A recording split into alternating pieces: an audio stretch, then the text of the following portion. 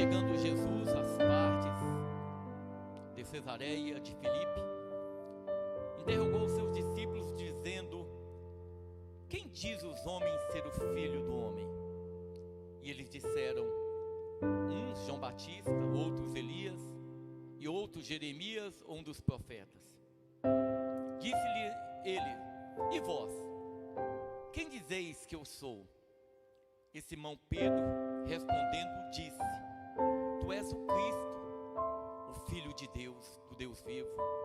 E Jesus respondendo disse-lhes: bem-aventurado és tu, Simão Barjonas, porque não foi carne e sangue quem tu revelou, mas meu Pai que está nos céus. Pois também eu te digo que tu és Pedro, e sobre esta pedra edificarei a minha igreja, e as portas do inferno não prevalecerão contra ela. E eu te darei as chaves do reino dos céus, e tudo que ligares na terra será ligado no céu, e tudo que desligares na terra será desligado no céu.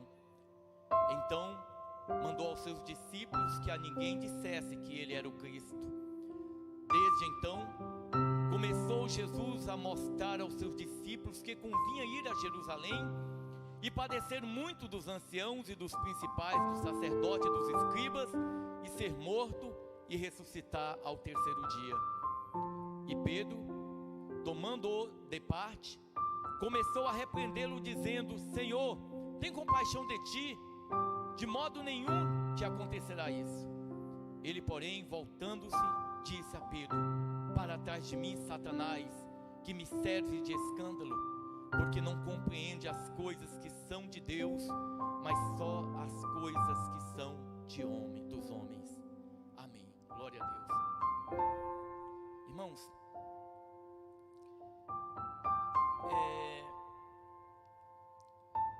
as pessoas de um modo geral, qualquer pessoa, todo mundo diz: eu tenho fé. Você pode perguntar para qualquer pessoa, um feiticeiro, um macumbeiro, todo mundo tem fé. Um testemunha de Jeová, todos eles afirmam que tem fé. Mas será que tem fé?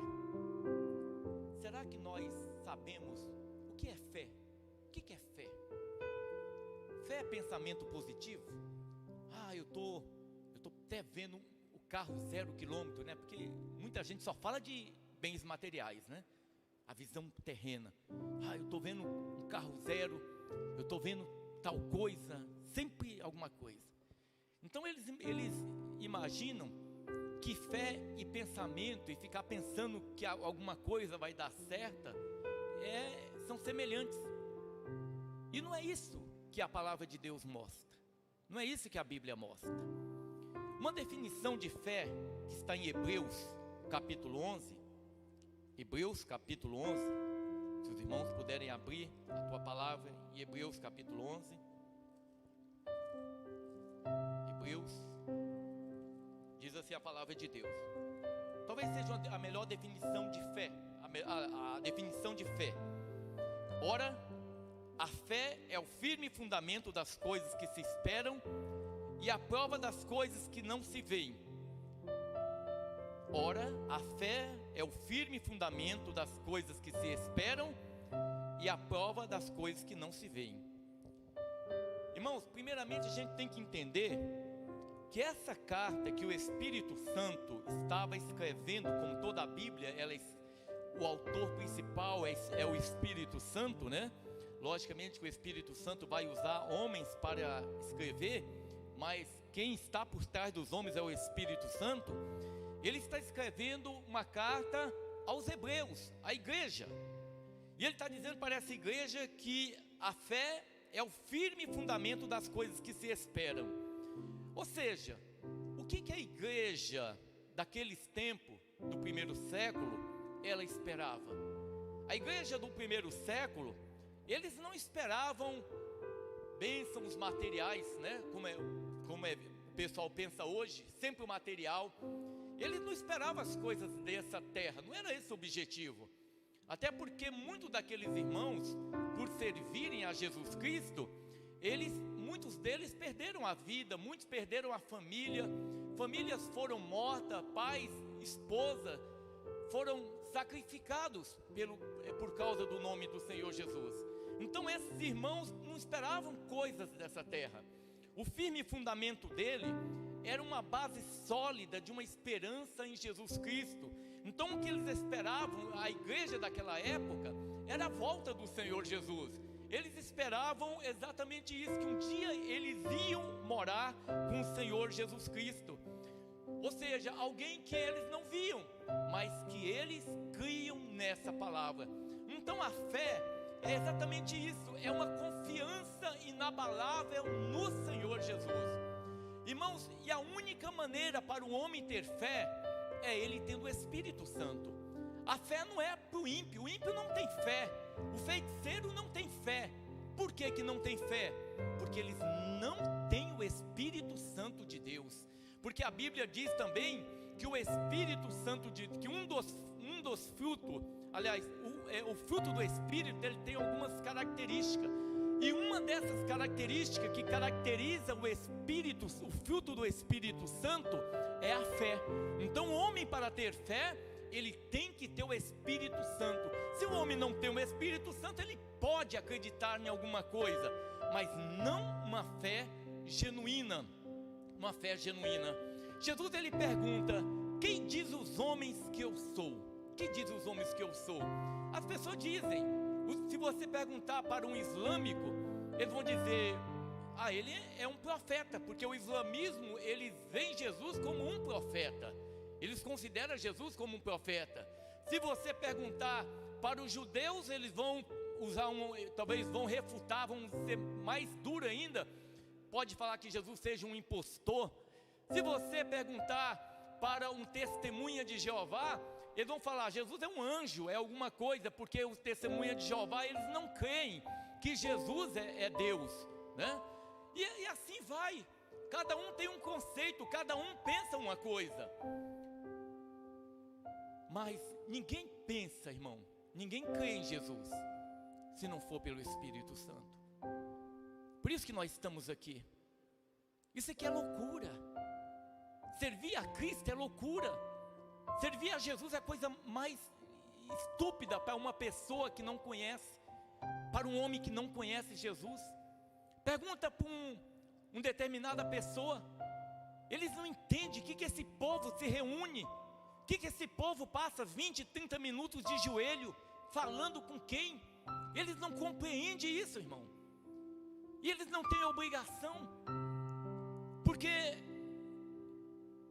a vida, a fé, é algo muito peculiar, é algo de Deus para os eleitos. É interessante quando a gente olha a palavra do Senhor em João capítulo 10, olha lá em João, o Evangelho de João, capítulo 10, Jesus, ele falando sobre, é o texto que fala Jesus, o bom pastor, João capítulo 10, a partir do versículo 25, Jesus diz assim, a partir do 24, rodearam-no, pois, os judeus, e disseram-lhe: até quando terás a nossa alma suspensa? Se tu és o Cristo, dize-no-lo abertamente. Respondeu-lhe Jesus: já vou-lo tenho dito, e não o credes. As obras que eu faço em nome do meu Pai, essas testificam de mim. Mas vós não credes, porque não sois das minhas ovelhas, como já vou-lo tenho dito. As minhas ovelhas ouvem a minha voz, e eu conheço-as, e elas me seguem, e dou-lhes a vida eterna, e nunca hão de perecer, e ninguém as arrebatará das minhas mãos. Então a palavra do Senhor diz, irmãos, que o Senhor conhece as ovelhas dele. É interessante porque eu estava até comentando com a Eliane. O Senhor diz: olha, as minhas ovelhas, elas ouvem a minha voz. Elas ouvem a minha voz. Eu falei: Eliane, por que tem tanta gente ouvindo tantos espíritos enganadores? Por que há tantas pessoas ouvindo doutrinas estranhas? Porque não é o fato, irmãos, de nós termos um salão com nome de igreja, que nós somos necessariamente uma igreja. O que se prega ali dentro? Ali dentro se prega a palavra do Senhor. Jesus Cristo é a pessoa exaltada ali dentro. Se Jesus não é a pessoa principal, se Jesus não é o centro da mensagem, se não é o centro da pregação, então alguma coisa está errada. Aonde se fala só de dinheiro, aonde só fala do material, aonde as pessoas vão para participar de congresso de empresário, isso não pode ser chamado da igreja do Senhor Jesus. Mas por que pessoas estão ouvindo esse tipo de pseudo evangelho? Por que as pessoas não estão ouvindo a voz de Jesus, irmão? Porque a voz do Senhor Jesus, ela se manifesta pela palavra. Eu creio que os irmãos conhecem.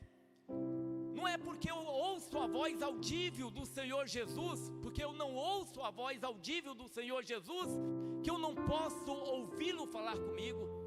Jesus, ele fala conosco, ele fala com cada um de nós a cada instante. Se você perguntar para Lucy, por exemplo, o que é nesses últimos tempos, o que ela entende hoje do Evangelho, você pode perguntar para a Lucy vai falar: olha, eu creio que Deus abriu minha mente de uma maneira tal, Deus abriu meu entendimento com relação ao Evangelho. Eu falo isso, irmão, sabe por quê? Porque é o que eu tenho ouvido de muita gente falar exatamente isso. Hoje eu tenho um entendimento das coisas de Deus diferente. Eu compreendo o Evangelho de uma maneira diferente. O pastor amigo meu diz: olha, eu fazia tantas coisas que hoje eu fico com vergonha. Mas Deus abriu o entendimento, Deus abriu a visão. Por quê, irmãos? Porque nós temos ouvido a voz do Senhor. Quem é ovelha do Senhor Jesus, irmão? Ouça o que eu estou falando, igreja. Quem é ovelha do Senhor Jesus não se alimenta de qualquer tipo de comida. Um homem que tem o Espírito Santo de Deus, ele não vai se alimentar de evangelho falso. Um homem que tem o Espírito Santo de Deus, ele jamais vai participar de um culto a Mamon, onde o dinheiro é exaltado o tempo todo. Um homem que tem o Espírito Santo de Deus, ele quer estar na presença do Senhor a todo instante. Um homem que tem o Espírito Santo de Deus, ele é movido pelo Espírito Santo, irmão. É o Senhor que move, é o Senhor que toca, é o Senhor quem conduz, é o Senhor que incomoda, é o Senhor que leva ele a adorar a Deus, é o Senhor que leva ele a orar, irmão. Esses homens aqui, um diz isso, outro diz aquilo, mas Jesus pergunta para Simão, e Simão diz: tu és o Cristo, Filho de Deus. E o Senhor Jesus diz para ele: bem-aventurado, feliz és tu, Simão Barjona, filho de Jonas, filho de Jonas, porque não foi carne e sangue quem te revelou, mas meu Pai que está no céu. Irmãos, eu sempre digo para a igreja: você sabe qual que é o papel nosso cristão? O nosso papel, nós que temos o Senhor Jesus, é anunciar a palavra de Deus. É você falar de Jesus. Onde você está, fale de Jesus. Se você pode ir na rua com um folhetinho, fala para alguém de Jesus. Sabe por quê, irmão? Porque não é você quem vai convencer o homem. Não é você, não vai ser pela tua capacidade, pela tua persuasão que o homem vai ser convencido. Porque nós não temos condição nenhuma, nenhum de nós temos condição de convencer ninguém a nada. Mas quando nós pregamos a palavra de Deus, como diz lá em Romanos 10, quando nós pregamos a palavra do Senhor, aqueles que são selados por Deus, aqueles que são escolhidos de Deus, eles vão ouvir a voz do Senhor, irmão, e eles vão para a presença de Deus. Às vezes você está pregando em determinado lugar, às vezes está passando uma multidão de pessoas, mas uma pessoa no meio daquela multidão, quando ouvir a palavra de Deus sendo pregada, aquela vida ela vai abrir o coração do Senhor, o coração dela para Deus. Ela vai abrir o coração dela, ela vai falar: eu quero esse Jesus, eu quero esse Jesus também. Eu creio que muitos de nós fomos assim. Muitos de nós estamos aqui, foi dessa maneira. Irmão Hélio, a convite de alguém, ia para um determinado lugar e veio parar aqui, não sabe como, mas foi o Espírito Santo, né, irmão Hélio, que trouxe o irmão Hélio para cá. Alguém convidou ele para ir a um determinado lugar, e quando ele chegou aqui, ele perguntou: pastor, cadê fulano de tal? Eu falei: aqui não tem fulano de tal. Mas ele falou que era da igreja aqui, que estaria aqui. Deus traz, irmão. É Deus quem move, é Deus quem convence. É o Senhor Jesus que entra na vida do homem, toca no coração do homem. A Bíblia nos fala que não foi carne ou sangue, não foi o homem, mas foi o Espírito Santo de Deus quem revelou essa verdade a Simão. Deixa eu dizer uma outra coisa para a igreja. O nome de Pedro, na verdade, é Simão Bar-Jona, né? Simão, filho de Jonas. E ele, até então, ele é chamado por esse nome. Mas naquele momento, o nome dele vai ser transformado. Não transformado literalmente, né? Como o Senhor Deus mudou o nome de Jona para Israel, o Senhor mandou mudar. Mas eu creio que o pessoal, a partir daquele instante, começa a chamá-lo de Pedro.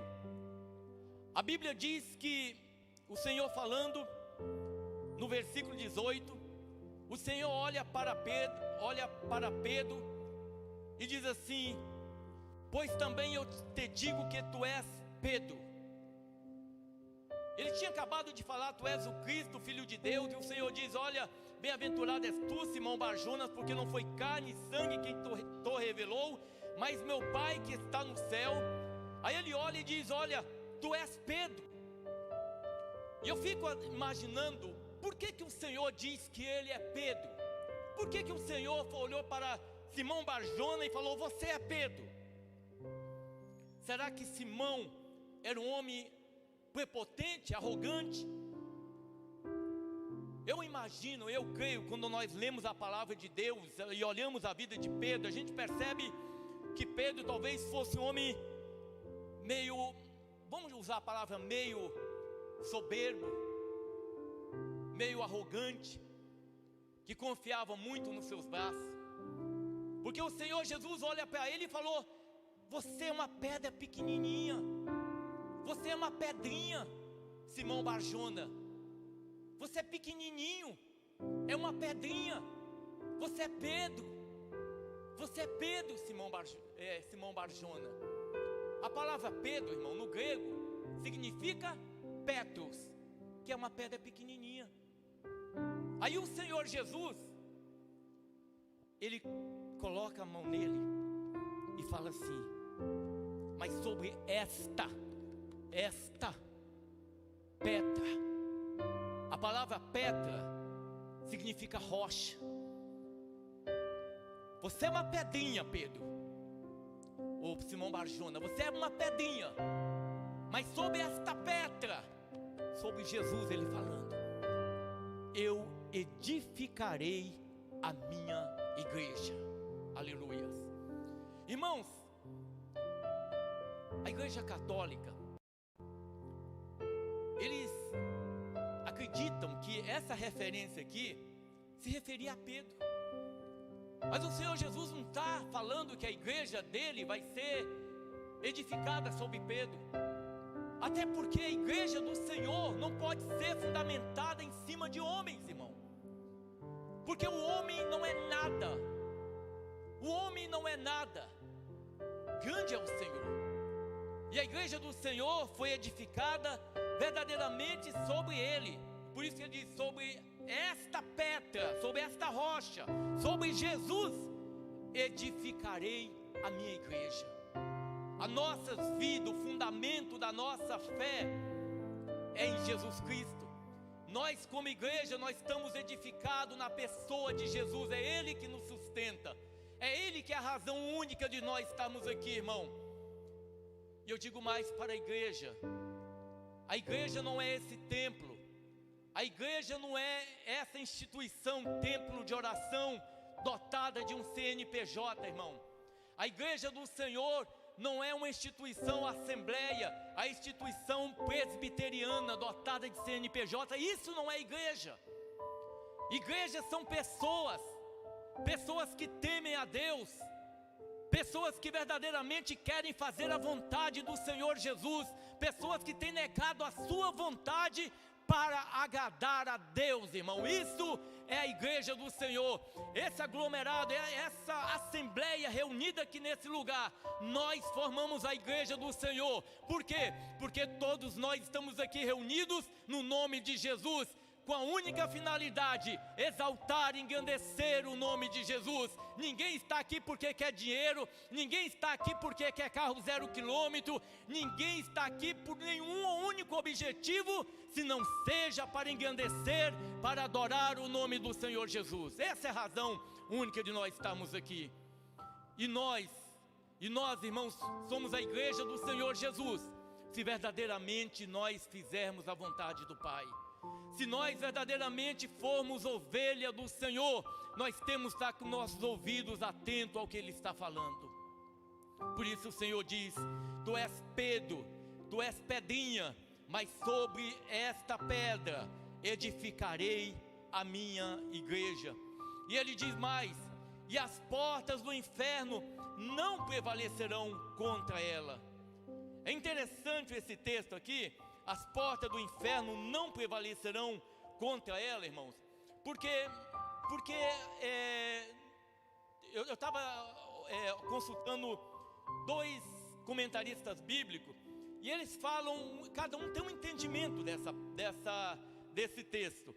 Mas um texto que eu achei interessante, ele diz assim: as portas do inferno representam Satanás e a totalidade do mal no mundo, lutando para destruir a igreja de Jesus Cristo. Eu achei esse texto, essa explicação, ela mais plausível, porque a outra explicação eu acho que ela foge um pouco. Verdadeiramente as portas do inferno representam Satanás, a totalidade do mal do mundo, lutando para destruir a igreja de Jesus Cristo. Mas o Senhor diz que as portas do inferno, elas não vão prevalecer contra a igreja, elas não vão prevalecer.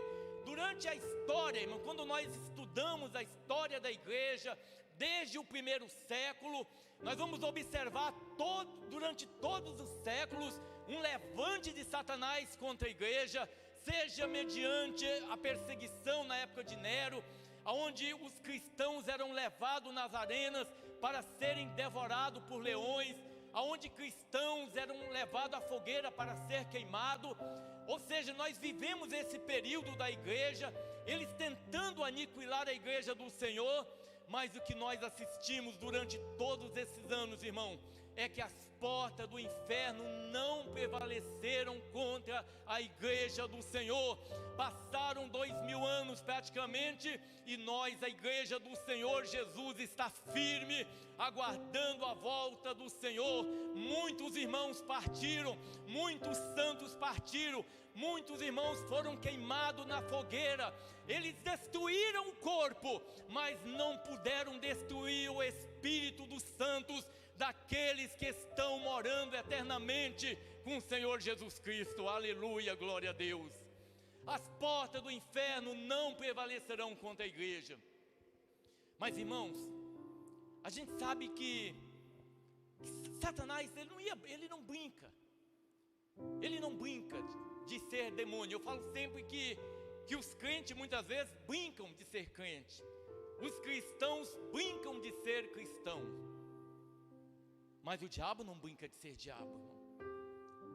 E ele está aí agindo, enganando. E sabe uma coisa que Satanás tem feito nesses dias? Primeiro, ele levanta homens malignos para se opor à igreja, como sempre foi. Foi na época de Nero. Houve a própria instituição igreja corrompida, ela persegue, ela mata. Mas a Bíblia diz que mesmo nos períodos mais sombrios, o Senhor guardava a noiva, a mulher no deserto. A igreja era guardada pelo Senhor. Talvez Satanás olhou há uns 10 séculos atrás e falou: olha, a igreja está destruída, a igreja institucionada, a igreja vigente, visível, ela está totalmente corrompida. Então talvez o diabo falou: eu venci. Mas não, a igreja do Senhor, ela estava quieta, ela estava guardadinha. Mas durante todo esse período, o Senhor vem contemplando os homens retos, homens que buscam a Deus. Os dias de hoje não é diferente, irmão. Os dias de hoje não é diferente. A grande maioria está longe do Senhor. Os templos estão cheios. Mas quantos verdadeiramente fazem parte da igreja do Senhor Jesus? Quantos verdadeiramente são ovelhas, irmão, e estão ouvindo a voz do Senhor? Quantos verdadeiramente servem a Deus de todo o coração? Porque uma das características que marca a fé de um homem é exatamente a sua vida. Uma vida reta, uma vida transformada. A fé, ela produz na vida do homem transformação. Por isso que lá no texto de Hebreus capítulo 11, quando ele fala do firme fundamento, que é uma carta dirigida à igreja, como eu disse, e em seguida nos versículos seguintes ele vai mostrar o resultado da fé na vida de homens como Noé, como Abraão, homens que verdadeiramente andaram no caminho do Senhor, homens que foram retos, homens que estiveram na presença de Deus. As portas do inferno não vão prevalecer, não prevaleceram e não vão prevalecer contra a igreja. Eles podem fechar templo, eles podem perseguir, muitos podem abandonar. Aqueles que não são ovelhas, eles podem abandonar, irmão. Mas as ovelhas do Senhor Jesus, aqueles que têm Jesus como bom pastor, esses jamais vão desistir do Senhor. Esses jamais vão desistir do Senhor, de servir ao Senhor Jesus, irmão. Aqueles que desistem é porque não são ovelhas, porque não ouviram a voz de Deus. Mas aqueles que ouvem a voz de Deus jamais vão desistir do caminho, jamais vão desistir da presença do Senhor. Ainda que persiga, ainda que prenda, ainda que aniquile, mas os santos vão permanecer até o dia que o Senhor Jesus vier buscar a igreja dele. Aleluias, glória a Deus. E ele diz assim também: e eu te darei as chaves do reino do céu. Às vezes a gente vê em alguns desenhos Pedro, eles fazem o desenho de Pedro com a chave na mão. Não, irmão, a chave não foi dada a Pedro, não. A chave foi dada à igreja. A Bíblia diz assim: e as portas do inferno não prevalecerão contra ela. E eu te darei as chaves do reino dos céus, ó igreja. É a igreja, irmão, que tem autoridade. É a igreja. É a igreja, a multiforme sabedoria de Deus se manifesta pela igreja. Os homens ímpios não entendem. Os ímpios não entendem como é que pode um povo adorar um Deus que eles não veem, um Deus invisível. Os homens não entendem como que pessoas são restauradas, como que homens são transformados por um Deus invisível. Homens que se dobram na presença do Senhor, homens que se rendem ao Senhor Jesus. Quantos de nós aqui, irmãos, éramos homens perdidos e hoje somos homens diferentes, retos, buscando a cada dia fazer a vontade do Pai. Às vezes eu conversando com a Eliane hoje, e ela falando sobre a questão de ser ovelha, eu falei: Eliane, enquanto o homem está buscando, está lutando para fazer a vontade do Pai, isso demonstra o Espírito Santo na vida dele.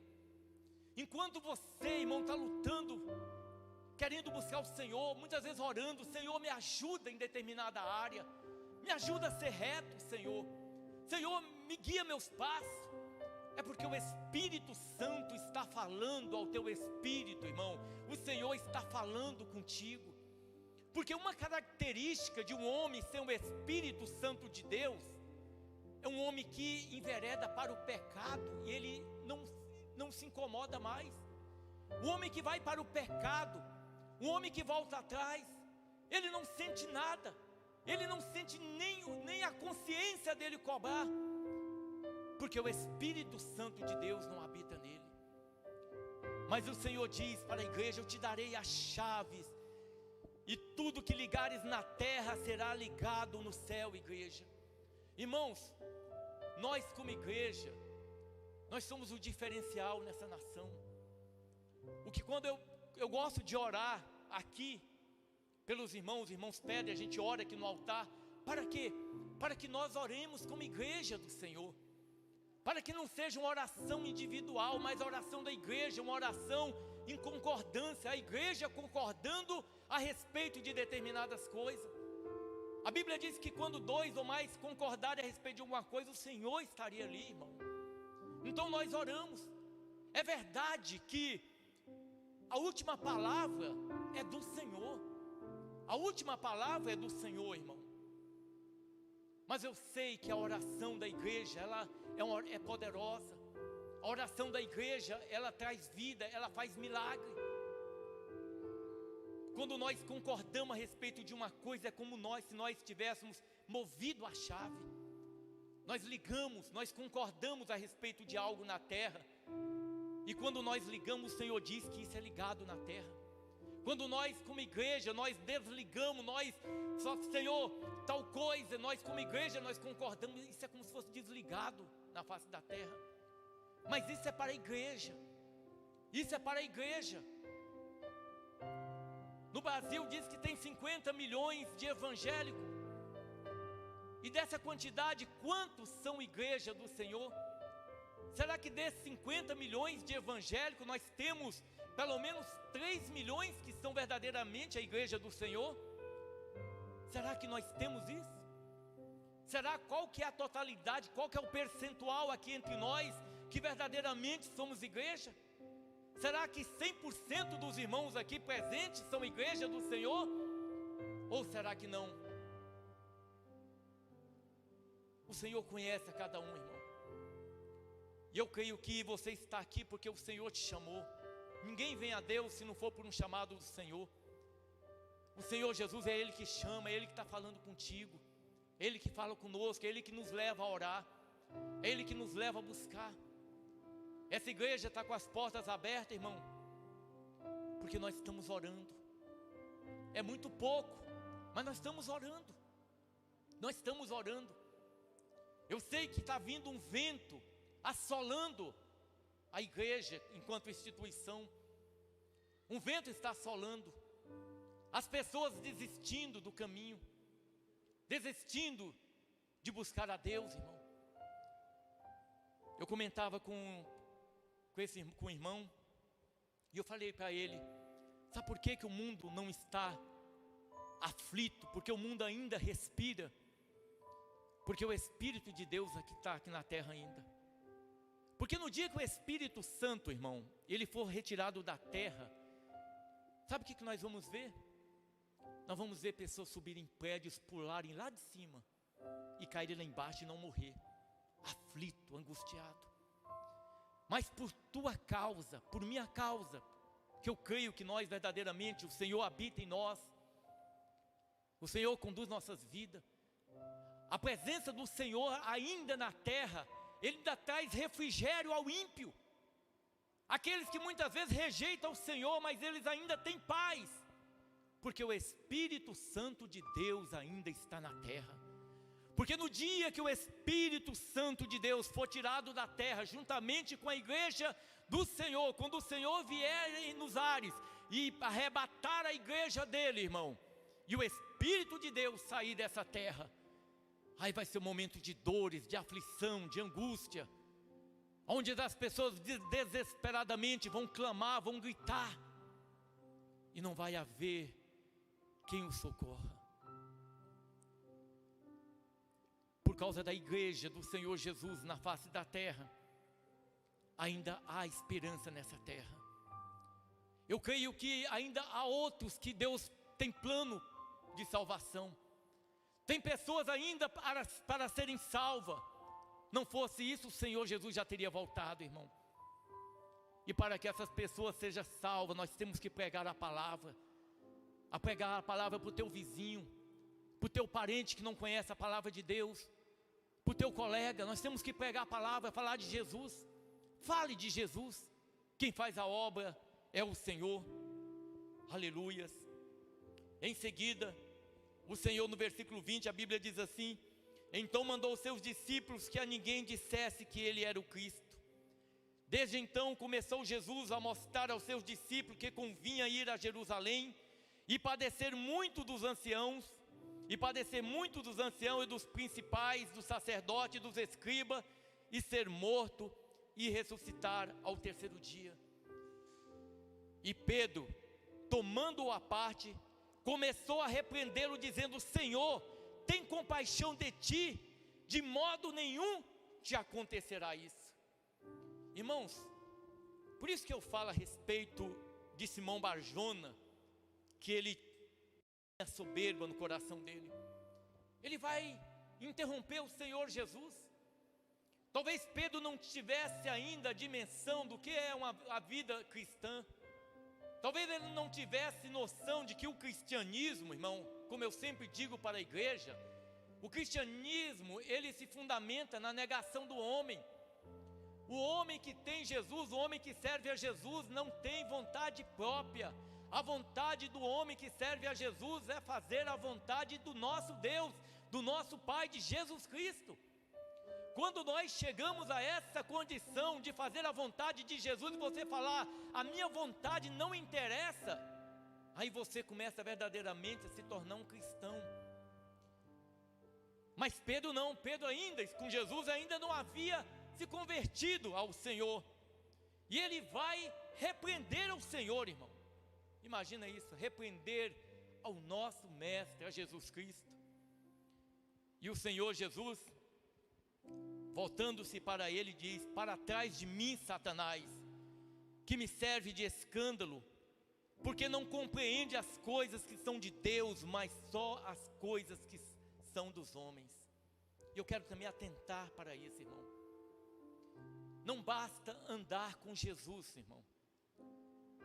Não basta simplesmente vir à igreja, vir ao templo, participar de um culto. Nós temos que orar. Nós temos que clamar a Deus por restauração.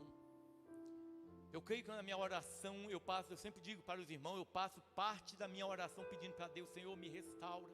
Senhor, me ajuda, Senhor. Senhor, tira tudo aquilo que é em mim que não te agrada. Porque eu quero fazer a vontade do Pai. Eu creio que os irmãos também desejam isso. Fazer a vontade de Deus, irmão. Quando eu falo dos irmãos, quando eu vejo pessoas nos templos, em busca de coisa material. Nós conhecemos um pastor que falava assim, mandava o povo repetir: Deus. E o povo repetia: Deus, me dá dinheiro. E o povo repetia: me dá dinheiro, muito dinheiro. Ele fazia isso. E as pessoas achavam isso normal, nós achávamos isso normal. Homens que só vê as coisas da terra. Tem pessoas que vão na igreja, quando eu falo de determinadas coisas, não é simplesmente para falar, criticar, não.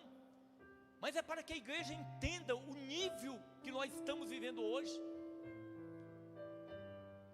Homens que só buscam as coisas do mundo, irmão. Homens que se revoltam contra Deus quando algo não acontece de acordo com a vontade dEle. Homens que não entendem o que é a vida cristã. O Senhor Jesus diz assim: olha, você quer vir após mim? Toma a tua cruz, nega a si mesmo e siga-me. Eu fico imaginando como se prega uma palavra dessa para esses adeptos da confissão positiva. Tem um pessoal da confissão positiva que para eles tudo, eles só falam coisa boa. Tipo assim, você fala: fulano, você vai fazer o concurso? Você já estudou? Não, eu já passei no nome de Jesus. Não estudou, não vai passar mesmo, reprova. Eu vou comprar meu carro no nome de Jesus. É tudo desse jeito, irmão. Mas vocês nunca vê esse tipo de gente falando assim: eu vou me tornar um homem, vou me entregar minha vida para Jesus, eu vou me negar a mim mesmo. Eu fico pensando como é que uma pessoa, como é que se pega dentro de um templo desse pessoal que só fala esse tipo de coisa, só fala do material.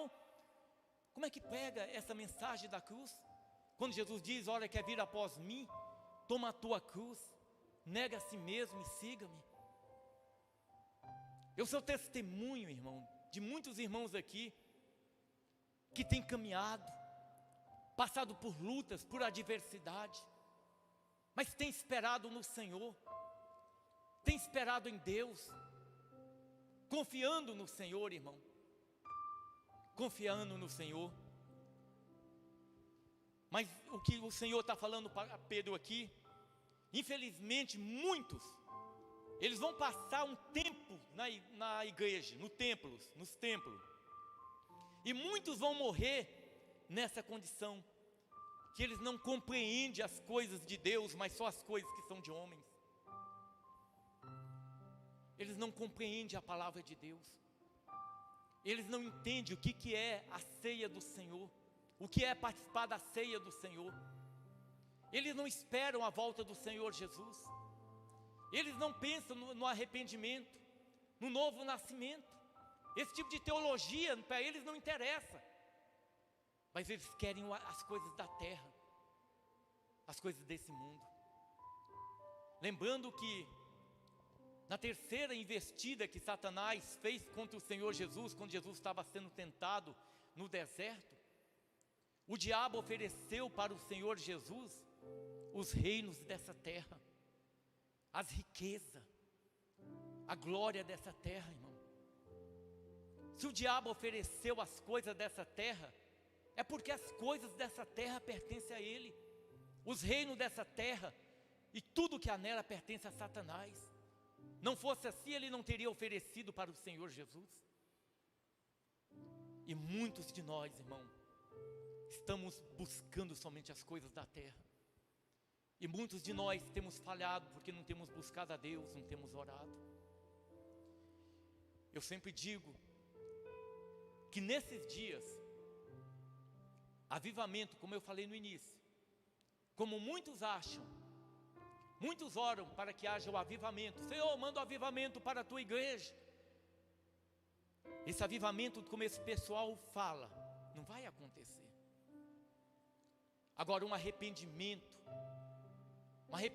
genuíno, talvez como aquele que houve na cidade de Nínive, onde aquele povo ímpio, com aquela mensagem de Jonas, vão voltar, vão vestir roupa de sacos. Talvez um avivamento desse seria tremendo na igreja hoje.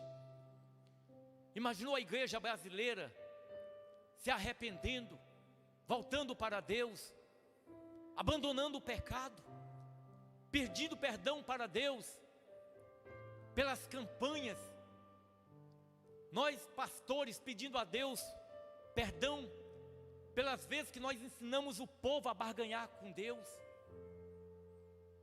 e uma igreja toda voltando para o Senhor, falando: Senhor, eu não quero nada dessa terra, Senhor, as coisas dessa terra não me interessam mais. Irmãos, a igreja do primeiro século, homens como Barnabé, eles tinham propriedade. Barnabé tinha fazenda, ele vende a fazenda dele e ele distribui entre os irmãos. Sabe por quê? Aquela igreja estava aguardando a volta de Jesus, irmão. Aqueles irmãos achavam que naquela época o Senhor Jesus ia voltar. Era essa a condição da igreja. Você imaginou, se você vai no médico hoje, e chega lá o médico e fala: olha Helder, eu lamento te informar, mas você está com uma doença gravíssima e você vai ter 1 mês no máximo de vida. Irmãos, diante de uma notícia como essa, ninguém vai vai se preocupar com coisas materiais. Ninguém vai preocupar em ganhar dinheiro, em fazer isso, em comprar casas. Diante de uma notícia dessa, As pessoas vão olhar para as coisas materiais e falar: para que eu preciso disso? Para que eu quero dinheiro, essas coisas desse mundo? Se nada disso vai resolver a minha situação, eu estou prestes a morrer. Se nós, como igreja do Senhor, tivéssemos a visão que o Senhor Jesus vai voltar, crendo nós ou não, Jesus ele vai voltar, aí haveria arrependimento, aí a igreja do Senhor iria viver o avivamento, irmão, porque as pessoas iriam mudar completamente. Ninguém ia olhar para as coisas desse mundo, ninguém iria preocupar com as coisas desse mundo, mas as pessoas iam falar: eu quero Jesus na minha vida. Irmão, é o que eu glorifico muito a Deus, é que Pedro, este homem, que apesar de tudo, apesar de ser talvez arrogante, soberbo, esse homem que andava com uma espada na cintura, eu acho interessante isso, andava com Jesus e ainda andava com uma espada na cintura. Quando a gente se converte a Jesus, a gente tira a espada da cintura. Quando a gente se converte a Jesus, a gente tira a espada da cintura. Mas Pedro andava com Jesus e ele carregava aquela espada. E o mais interessante é que o Senhor Jesus nunca mandou ele tirar aquela espada da cintura, irmão. O Senhor não mandou ele tirar aquela espada. Ele poderia ter mandado: Pedro, você está andando comigo, tira a espada da tua cintura. Mas ele não mandou. Sabe por quê? Porque tem coisas na nossa vida que quem tem que fazer somos nós. A vontade de Deus eu conheço. A vontade de Deus eu conheço. Você conhece. O Espírito Santo de Deus começa a falar contigo. O Odinei que está frequentando agora, eu sei que o Espírito Santo de Deus vai estar começando a mover na vida dele. De repente o Odinei, talvez alguma coisa corriqueira do dia a dia dele que ele fazia, de repente o Odinei começa a sentir mal. Ele sente, talvez ele não tenha um conhecimento da palavra, mas ele fala: olha, eu sei que isso aqui não agrada a Deus. E ele fala: Senhor, me ajuda a tirar isso aqui, eu não estou conseguindo tirar, mas tira, Senhor. E de repente ele tira a espada da cintura. Ele tira a espada da cintura. Pedro passou a receber esse nome a partir desse momento. Eu imagino talvez os discípulos ali, até naquele momento de convivência ali, eles riam e falavam: ah, Simão, nós vamos chamar você só agora de Pedrinha. Ô Pedrinha. E talvez Pedro compreendeu, irmão. Talvez não, ele compreendeu que nós crentes somos pedrinha. Aqui entre nós, eu falei para a irmã Elaine, todos nós somos ovelhas. Temos um bom pastor. Jesus, ele é o bom pastor. Ele é o nosso pastor, irmão. Todos nós somos ovelha. Agora nós, como ovelhas, temos que estar com os ouvidos abertos, ouvindo o que Ele está falando. E Ele está falando. Ele está falando, Jesus está falando. Nós temos que estar com os ouvidos abertos. Ele é o bom pastor. Ele entra, Ele muda. E Ele faz o homem entender que nós não somos nada.